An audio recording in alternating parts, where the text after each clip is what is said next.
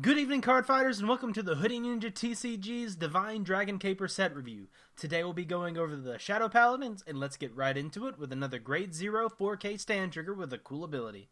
At Ritual 3, which is a new ability of the Shadow Paladins, to explain it for a bit, if you have 3 Grade 1s in the drop zone, Ritual, whatever the number, is activated. Normally it's 3, the only number I've seen right now is 3. But if Bushiroad decides to change it later, it's basically if you have that number of grade 1s in the drop zone. Normally it's 3, sometimes it's 1, sometimes it's 2. But that's kind of neat. It's a neat way for Bushiroad to be like, we know Shadow Paladins are all about sacrificing things, but we don't want to make their ability, when you have sacrificed something, gain an effect. And this one is pretty neat. When this unit is placed on rearguard circle from your hand, until end of turn, it gets, when this unit is retired from rearguard for the effect or cost of your card, look at the top 2 cards at the top of your deck, separate for 1 card among them, put them into your hand, and put the rest into your drop zone. This is neat. It helps enable future ritual effects, and it basically draws you a card. It doesn't draw you a card because you had to call this card to do it, but he can help you enable your future sacrifice outlets, just being a grade 0 4K. So basically drawing a card for essentially free is pretty nice. Again, it's not true advantage, but it basically helps fuel your future stuff. Next is a vanilla crit trigger, Rabid Mew, grade 0 5K. It's a crit trigger, it's neat, it helps Shadow Paladins run more crits if they need to, but they already could run 16 crit if they wanted to, so I like the art, it's neat. Royal Paladin about to get messed up by this cat thing. Next we have Lingering Night Revenger Conrad. It's a grade 0 4K with an activated ability. You put this unit to your soul and choose a normal unit from your hand and discard it. Go to the top card of your deck, put it on top or bottom of your deck, and then draw a card. If you have a face-up card in your G-Zone, choose one of your units and he gets +5 until end of turn. Now, this is a cycle that Bushiroad has been printing. These grade 0 4K starters that are belonging to the subclan they want to support, except for the Gear Chronicle one, of course, because Gear Chronicle just got it to show it off, that you can use before G-Break to cycle a card and let you scry a mechanic from Magic that basically lets you look at the top card of your deck. This is a neat card. I don't think it's going to see play because all of Avenger starters are better, but if you want to build your Avenger deck and you don't have any of those cool starters, here's a guy that can help you start off. Next we have Commanding Knight Nisa. Ganisa? Whatever. It has Forerunner, so it's a grade 0 5K that can move back. And it has the activated ability with G-Break 1 and Ritual 3 to rest this unit and choose up to 2 of your other units, and they get plus 4,000 power until end of turn. This is a powerful ability, especially because it basically gives you an extra body to sacrifice, but gives you a small bonus before it gets sacrificed. But on the other hand, there's the one that comes in the starter deck is also slightly better, but this card's also kind of neat and works better. It's kind of like those other, like the Black Angel Fool or whatever their name was from Angel Feather that I reviewed earlier, but this card is infinitely better than those, and I don't think this card's going to see a lot of play, but it would not surprise me if it did. Next we have Lead Bow, a grade 1 6K. When this unit is retired from rearguard circle, for the effect or cost of your card, you pay the cost of choosing a card from your hand and discard it. If you do, draw a card. Again, card filtering instead of drawing cards. I don't think you're going to run this guy for that effect because there's infinite better cards you could, but the fact that he can be retired before G-Break with I can't think of any cards that would do that off the top of my head. But the fact that he can do it before G-Break is nice. If you wanted to build some weird Phantom Blaster Dragon Break Ride deck where you Break Ride, you retire some units, and then you draw some extra cards, this card would be your best bet there.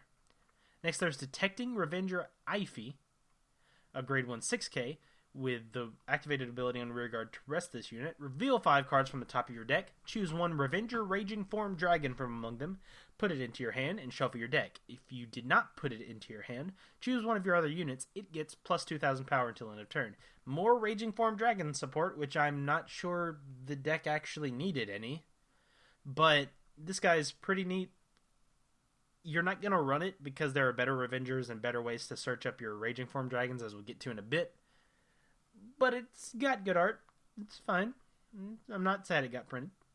Revenger Waygore Dragon. It's a grade 1 7k. When your other unit is retired from rearguard for the effect or cost of your card, if you have a Vanguard with Raging in its card name, this unit gets plus 3,000 power until end of turn.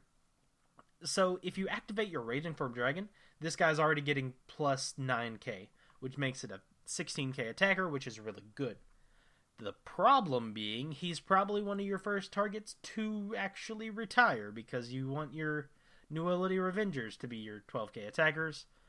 But it basically makes you want to attack with your Raging Form first, instead of attacking with both of your rear guards and then retiring them all for some huge turn. It basically makes it much more of a conservative play. But I like this card. The fact that he can get immense amounts of power is really nice. Next we have Assist Alnir Mally Uni. I'm not even going to try with that name. It has Ritual 3. When it's on Vanguard or Rearguard, it has the ability of... it has 2,000 extra power all the time, period. So it's basically a 10k defender if you have this on grade 2 with a Ritual 3, which is not really that hard. The fact that it's not G-Break is nice. And when this unit intercepts during the battle that your Vanguard was attacked, it gets plus 5,000 shield. So it's basically a special interceptor that can attack for 10 when you have Ritual. That's really nice. I don't think it's going to see play more than a one of in Ritual decks, mostly because all your other grade 2s do better things. But if you're trying to fill out your deck and you want to get used to playing it, this card would not be a bad filler card. Next we have Ferocious Attack Revenger Dillon. A grade 2 9k. When this unit attacks Vanguard, if you have Vanguard with Raging in its card name, you pay the cost of Counterblast 1. If you do, choose one of your Vanguards until end of turn. That unit and this unit get plus 5,000 power. This is really good, as opposed to the last couple of Raging support cards that we've seen, because it pumps your Vanguard, no matter what form it's in, either it's in Stride or the grade 3 version, and makes this guy a 14k attacker by himself. That's not including boosts, which normally you're going to be boosting with this guy if you're going for your Raging Form turn anyway. I like this card. It's going to see a lot of play in Raging Form decks, probably not much else, even though it has Revenger in the name, because of it not being, working that well with Revengers outside of Raging Form. Next we have Knight of Serial Blade, Diarmond. Grade 3 10k, it's already bad. Let's take a look at its ability. When this unit attacks a Vanguard, you may pay the cost of choose one of your other rearguards and retire it at Ritual 3. If you do, this unit gets plus 3,000 power until end of turn, until end of battle, and at the end of that battle, your opponent chooses one of his or her rearguards and retires it. There's a bunch of better cards in this card. It's a grade 3 10k. You don't want it to be on your Vanguard, and it's bad. Don't play this card. Next, we move into the rares. Grade 1 Bissell Owl. This card got an SP treatment in this set, and that makes me believe that maybe Bushiroad's expecting this card to be in all of the Ritual decks ever. Well, let's look at its abilities. When this unit is placed in a rearguard circle from hand, look at 7 cards from the top of your deck. Search for up to 1 card with Luard in its card name from among them, reveal it, put it to your hand, and shuffle your deck. If you put a card into your hand, choose 1 or more cards with the sum of their grades being 3 or greater from your hand and discard them. That is neat, because it helps enable your Ritual if you discard a grade 1 and a grade 2, but then you're losing card advantage. It's a nice balanced effect. The problem is we only have 1 Luard grade 3, but this is not a Stride enabler. It is not search for, discard the grade 3 you don't want and then get the one you do want. This is a chance at getting that, but you don't lose anything if you do get it. It's not like those grade 3 searchers back in the day that made you Counterblast 1, look the top 5, and more often than not make you sad when you don't get your grade 3. It also has a second ability. When this unit is retired from rearguard circle for the effect or cost of your card with Luard in its card name, countercharge 1. At Ritual 3, of course. This is a good card. Bushiroad would not have given it an SP if they didn't think it was going to see a lot of play, but I don't think this guy is going to be a 4 of if there is one. If he does see play in these decks. Next we have a grade 2 9k, Revenger Detonate Heat Dragon. When this unit attacks a Vanguard, if you have a Vanguard with Raging in its card name, this unit gets plus 2,000 power until end of that battle. Then this unit gets, on your rearguard, counterblast 1 and retire this unit for the cost. At the end of your turn, you may pay the cost. If you do, search for up to 1 Abyss Dragon with Limit Break 4 from your deck, reveal it and put it into your hand, and shuffle your deck until end of turn. He gets that ability until end of turn. This is neat. Like, this is pretty cool. Like, you're gonna get Raging Form Dragon, like, all the time. But the fact that you can get different Abyss Dragons with Limit Break, and, like, have a, like, kind of different, like, kind of a sideboard, in a sense, or a toolbox, is really cool in this card. And if they print any more Abyss Dragons with Limit Break 4, I know saying we're in a G-Break era and saying they're going to print more Limit Break cards is insane, but I think they might. And this card would be first on my list in those decks if they print any more like that. Next we have a grade 3 11k Avenger Slay Hex Dragon. This guy's also an Abyss Dragon for that previous grade 2. And when this unit is placed on Vanguard Circle and rides a unit with Avenger in its card name, you may pay the cost of Counterblast 1 and choose a card from your hand and discard it. If you do, search your deck for up to 1 Avenger Raging Form Dragon, ride it as stand, and shuffle your deck. If you rode, choose a Avenger Slay Hex Dragon from your soul and put it into your hand.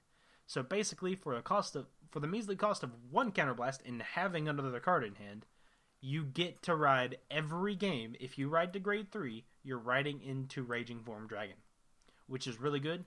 And plus, it lets you immediately stride afterwards. And the first I saw this card, I think there was either it was a mistranslation or it wasn't a good image. And I thought this was a 9k, and even then I thought it was at least balanced. But being an 11k and letting you sit on that if you don't get to stride, or if for some reason if you can't pay the counterblast when he gets there, is really good. I like this card. Next we have Mage of Enticement Illodana. On the Vanguard, it has a Ritual 3 G-Break ability. When this unit attacks a Vanguard, you pay the cost of choose 2 of your rearguards and retire them. If you do, draw 2 cards, and this unit gets plus 3,000 power until end of that battle. Neat, but you need a little bit more to have that. Luckily, he has an ability. When this unit is placed on Vanguard Circle, you pay the cost of Counterblast 1, Soul Blast 1. If you do, look at 5 cards from the top of your deck, search for up to 1 with a Ritual ability, reveal it, put it into your hand, and shuffle your deck. I think Bushiroad's finally given us almost all of the keyword searchers, finally. I'm pretty sure. Don't know for a fact. I'd have to double check afterwards. But, yeah, this is pretty neat. I like this card. Next, we move into the double rares. Drag Saver Ezraz. Ezraz? These names. It has a Sentinel ability, so you can only put 4 units with Sentinel in a deck. Choose a card from your hand and discard it when this unit is placed on Guardian Circle from hand. Pay the cost. If you do, choose a Vanguard that's being attacked, and this unit cannot be hit until end of battle. It's a perfect guard, blah, blah, blah, blah. But it has a neat effect from the drop zone. As an activated ability, at Ritual 3, choose one of your rearguards and retire it, and choose one other Drag Saver arrows from your drop zone, put it at the bottom of your deck. Return this card to your hand. So if you've perfect guarded twice with these cards, you basically pay a rearguard to get a perfect guard in your hand and put another perfect guard in your deck. And if you have any shuffle effects, you can get that perfect guard back really easily. This card is really good. If you're playing Ritual at all, maybe if you're even playing any deck ever, because of how easy it is to just recur these effects. This card's really good. Next we have Dark Dragon Plot Maker Dragon. More dragons, G-Guardians, Bushy Road, thanks. It's grade 4 G-Guardian, 15k shield, and if you have Ritual 3, this unit gets plus 10,000 power. Alright. It is alright. It's not gonna see play. It might see play in all the Shadow Paladin decks, because Ritual is so easy to get off. But I don't see this seeing much play. It's kind of poor. Alright, moving into the triple rares, we have Drag Wizard Morfessa. It's a grade 2 at 9k. G-Break 1, Ritual 3. When this unit attacks a Vanguard until end of that battle, this unit gets plus 5,000 power. And an automatic ability. When this unit's attack hits, you pay the cost of Counterblast 1. If you do, search for up to 1 grade 1 card from your deck, call it to rearguard, and shuffle your deck. So when you have 3 grade 1s in your drop zone, you get more grade 1s. Basically feeds off of itself. That's nice. And it has continuous ability in the drop zone at G-Break 1. This card gets grade -1. If you are playing Ritual at all, like in any sense besides you're running the strides that work with the Ritual, you want to run this card as a 4 of. It basically is your extra grade 1s in the deck. Now, this card just feeds itself, and it's really good, so expect this card to be very expensive. Next, we have Drag Driver Luard. Yeah, this guy's not a generation rare. He's just a triple rare, which is fine by me. He has the Stride ability at Ritual 3. When this unit is placed on Vanguard Circle, you pay the cost of Soul Blast 1 and choose any face-down card from your G-Zone and turn it face-up. If you do, search for up to the number of Grade 1 cards from your deck equal to the number of Drag Driver Luard in your G-Zone, call them to separate rear guards, shuffle your deck, and for each Grade 1 card in your drop zone, those units get plus 1,000 power until the end of turn. This is the all-in Ritual card. Like, once you're at Ritual 3, this card is insane. Hopefully you have it by the time you stride first off, but you can just throw down some extra grade 1s to guard with at that point. This card's really good. I expect to see a lot of play in a lot of different Shadow Paladin decks. Mostly ones with Luard in there, but I wouldn't be surprised if like Revengers ran this guy as like a 2 of. Next we have True Revenger Raging Wrapped Dragon. The reason why a lot of the cards say if they have Raging in its card name, not Raging Form Dragon, because this guy does not have Raging in its name, even though you have to have him as your heart card. It's whatever. It's a limit break 4 stride, which is neat, I guess. Then at the end of the battle that this unit attacked, if you have a heart card with Raging in its card name, you pay the cost of Counterblast 1, Soul Blast 1, choose 2 grade 3 Abyss Dragons from your hand and discard them, and choose 2 of your rear guards and retire them. If you do, put this unit face up in your G-Zone, choose a face down this guy from your G-Zone, stride it on Vanguard as stand, and it gets drive check -1 till end of turn. You can use this effect multiple times in a turn. There is the dream of striding this guy 4 times. It's possible. Don't ask me how, because it's very complicated. It's basically you run a lot of things that count for 2 sacrifices, and you work really hard, and you run some not Revenger support. But this guy, you can potentially stride into this guy a lot and have like a full hand, and it'd be insane.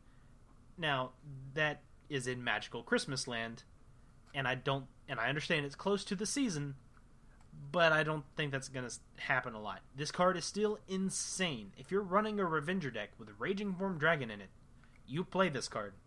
Maybe not always as a 4 of, because again, Magical Christmas Land scenario doesn't happen all the time. But when you do get the double stride off of this guy, oh boy, that's a good card. This card's going to see a lot of play. Well, thank you everybody. That was the Shadow Paladin set review. Tune in tomorrow for the Spike Brothers edition, and that'll be the last video in this series. Thank you all so much for watching, and I'll see y'all next time.